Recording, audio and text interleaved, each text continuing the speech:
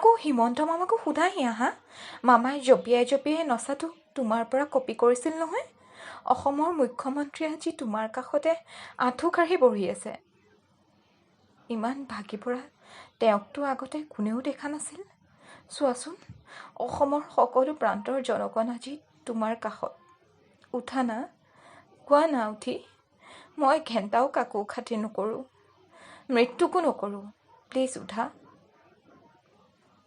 চোৱাচোন, বিহুতলিত নাচি নাচি তোমাৰ গান শুনি ৰাতিপুৱাই দিয়া জনগণে আজি তোমাৰ অপেক্ষাত কান্দোনত উৰে নিশা উজাগৰে কটাইছে।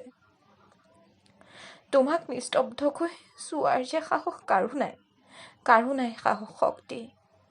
মুক্ত বিহংগক এনেদৰে কফিন এটাত দেখাৰ, তোমাৰ বাবে হাঁহি বিৰিঙি উঠা প্ৰতিখন মুখৰ প্ৰতিটো চকুৰে আজি সকলোৰে বাট নেদেখা অৱস্থা।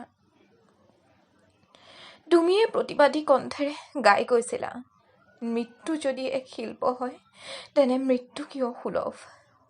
উফ, আজি দেশ দুনিয়া বাকৰদ্ধ, আহ্বান অবিহনে সকলো বন্ধ।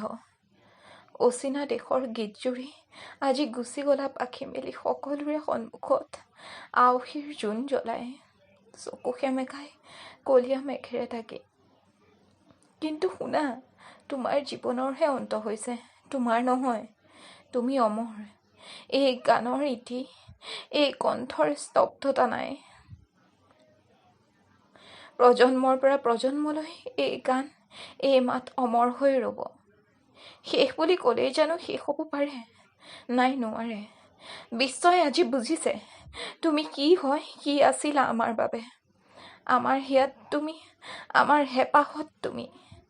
মৃত্যুৰ সিপাৰে লগ পাম দিয়া, আজীৱন থাকিবা তুমি চিৰ সেউজ হৈয়ে জিলিকি।